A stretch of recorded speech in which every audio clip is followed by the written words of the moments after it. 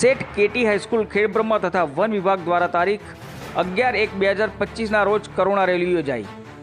આગામી ઉત્તરાયણ આવતી હોવાથી ગુજરાત સરકાર દ્વારા યોજાતી કરુણા અભિયાન અંતર્ગત સેઠ કેટી હાઈસ્કૂલ ખેડબ્રહ્મા તથા વન વિભાગની બંને શાખા વિસ્તરણ તથા નોર્મલ દ્વારા આજે તારીખ 11/1/2025ના રોજ સવારે 9 કલાકે ભવ્ય રેલી ખેડબ્રહ્મા શહેરમાં યોજવામાં આવી।